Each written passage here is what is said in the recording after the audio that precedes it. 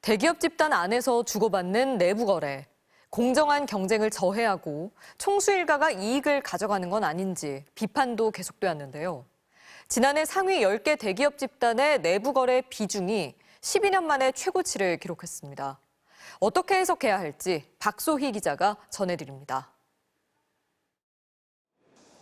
우리나라 상위 10대 대기업의 지난해 내부 거래 금액은 194조 8천억 원이었습니다.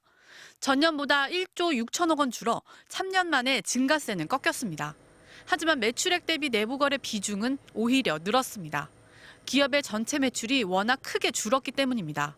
내부 거래 비중으로만 따지면 12년 만에 최고치입니다. 그만큼 내부 거래 의존도가 높아진 셈입니다. 총수 일가의 지분이 많은 기업 집단일수록 내부 거래 비중이 높았습니다.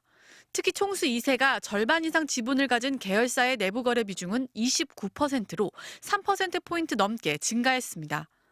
총수 2세의 내부 거래가 집중되는 부분에 대해서는 그 과정에서 혹시 경영권 승계라던가 아니면 사익 편취 우려가 있는지 여부에 대해서 지속적으로 모니터링하는 삼성과 현대자동차, SK, LG와 포스코 등 5개 기업 집단의 내부 거래 금액이 전체 금액의 80%에 육박했습니다. 이 가운데 현대차는 전체 기업 중 유일하게 5년 연속 내부 거래 비중이 늘었고 반대로 LG는 5년 연속 감소했습니다.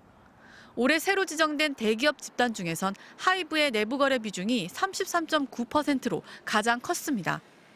또 대기업 집단 안에서 계열사들로부터 받아간 상표권 사용료 수입은 지난해 처음 2조 원을 넘어섰습니다. LG와 SK의 경우 상표권 사용료로 3천억 원이 넘는 수입을 올렸고 하나와 CJ, GS, 포스코 등은 1천억 원 이상을 받아갔습니다.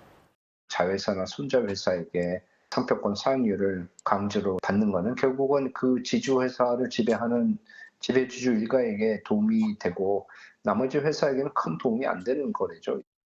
공정위는 또 내부 거래에서 수의 계약의 비중이 상당한 만큼 지속적 감시가 필요하다고 강조했습니다. MBC 뉴스 박소희입니다.